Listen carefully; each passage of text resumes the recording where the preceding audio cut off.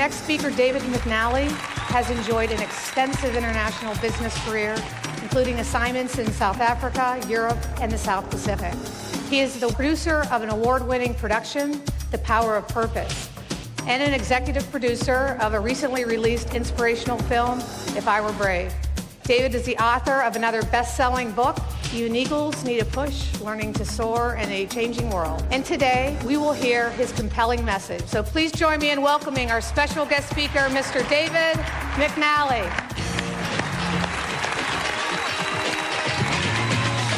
Thank you, Amy.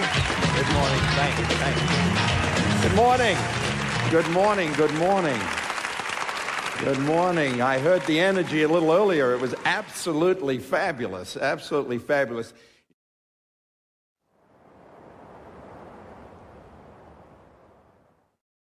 So the context, however, comes from a luncheon that I actually had with a client of mine a few years ago, a large financial services company.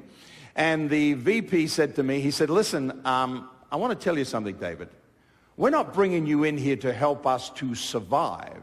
He said, we're bringing you in here to help us to thrive.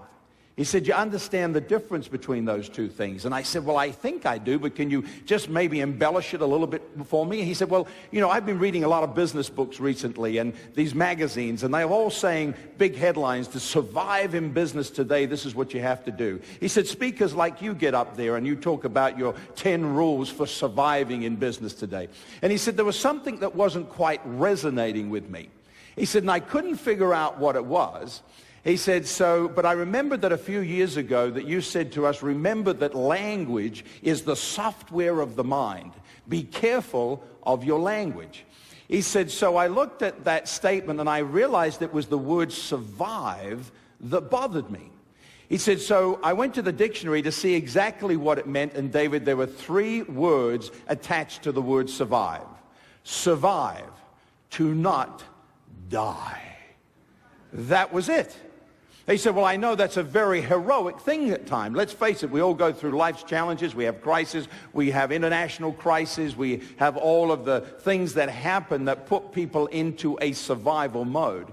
He said, but I don't think that people survive because they want to survive. He said, I think they survive because ultimately they want to thrive. He said, and David, when I went to the dictionary to see how it defined thrive, here's what it said: to flourish, to grow, and to prosper. He said, so shouldn't we be talking about this is what we've got to do to thrive in business today? Well, I went home that particular night and I was thinking about that distinction, and I said, that's a fascinating distinction. And I'd been looking for an idea for a new book. So I was reflecting on the distinction. I couldn't help but think about situations where you have people who are born into the most abundant opportunity and circumstances. It's all around them from the day they were born, and they still find ways just to survive. And there are those people who are born into the most adverse circumstances, and they find ways to thrive. What are the differences between those two groups of people? Well, I decided that I would make that the basis for a new book, and so we did a study, 600 different organizations in the business world, in the not-for-profit community, in the educational sector, and what we wanted to do is we wanted people to share with us people in their organizations who were thriving, and to tell us why they were thriving. And we were particularly looking for them to share with us the attitudes and behaviors that these people exhibited. Why? Because, simply put, our basic philosophy is the way we think and the way that we act is the way we create our lives. So we broke down all the feedback that we got into certain themes. Here's the first one. Thrivers constantly reinvent themselves. They are mentally agile and willing to risk. That's wonderful. You've heard that in a different way, but what does that mean on a daily basis? Survivors focus on people as ordinary. Thrivers see people as extraordinary. Survivors focus on limitations. Thrivers on great expectations. Survivors focus on meeting standards. Thrivers focus on setting the standards. Survivors focus on making excuses. Thrivers on making commitments. Survivors focus on getting through. Thrivers on breaking through. Survivors focus on hiding out. Thrivers focus on shining out.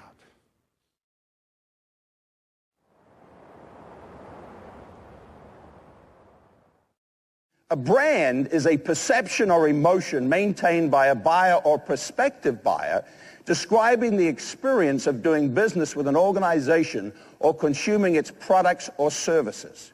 So, when you look at brands that are strong in your life, the ones that you buy from, the ones that you go back to time and time again, what happens is that obviously you realize that the reason you go back is because they provide you with value. And as a result of that, a brand, we understand, therefore, is a relationship. You have a relationship. In a service business like yours, all you have is your brand. You know, all you have is your brand. All you have is your relationships, the relationships that you can develop over time. It takes time. So how would we define your brand? Your brand is a perception or emotion maintained by somebody other than you that describes the experience of being in a relationship with you. In other words, no matter what the intention is, the important thing is I cannot see your intentions. Right? You can't see my intentions. What you see every day is what I do. You see my actions. And as a result of all my actions, thousands of impressions are made upon you. And you make thousands of impressions of others. And as a result of all of those impressions, a brand develops. And so by our actions, we are branded.